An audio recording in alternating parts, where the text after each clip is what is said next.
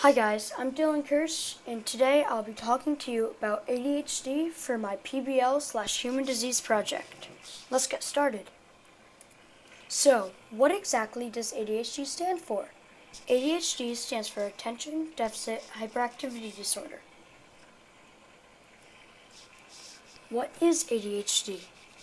Attention Deficit Hyperactivity Disorder, also known as ADHD or ADD, is a neurological disorder that is a pattern of inattention, hyperactivity, or both.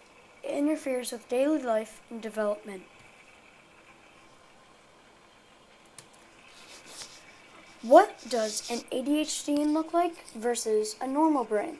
On the left, a normal brain shows that it's green. There's normal brain activity around the whole entire brain. On the right, there's an ADHD brain, which shows that there's underactivity in the prefrontal cortex, and in the back, it tends to get more normal. And the prefrontal cortex of the brain is constantly seeking stimulus, therefore creates distracting behaviors, usually in ages between 6 to 40.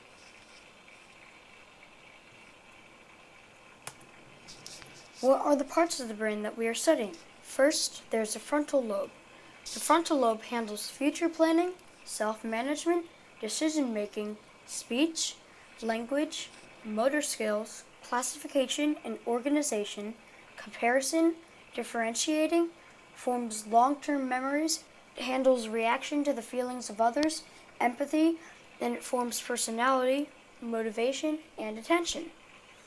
What does the olfactory bulb do? The olfactory bulb handles sense of smell. The primary motor cortex, motor function, as it says in the title. The temporal lobe handles understanding of speech. The central sulcus separates the primary somatosensory cortex from the parietal lobe.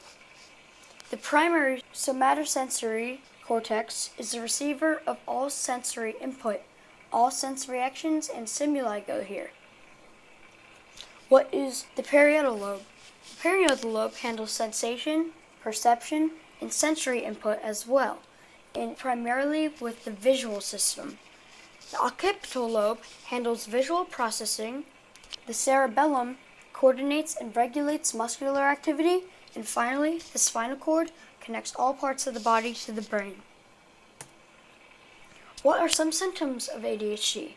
Common symptoms include distracted, be talkative, disorganized, hyperactive, fidgety, anxiety, be forgetful, be bored, be overexcited, have depression, have executive functioning issues, mood swings, impulsivity, and aggression. What are different ways that treatment could help ADHD? What type of different treatments are there for ADHD? So even though this disorder is not curable, there are many ways ADHD can be treated. Seeing a psychologist, pediatrician, psychiatrist, or executive functioning coach, and taking popular drugs such as adderall and Ritalin can help treat ADHD. Adderall is a drug that contains amphetamine, which is a stimulant. It helps the release of the chemical dopamine, the brain's reward system, and it will connect dopamine to receptors.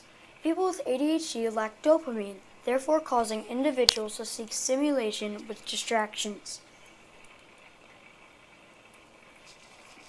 What is the normal price for Adderall?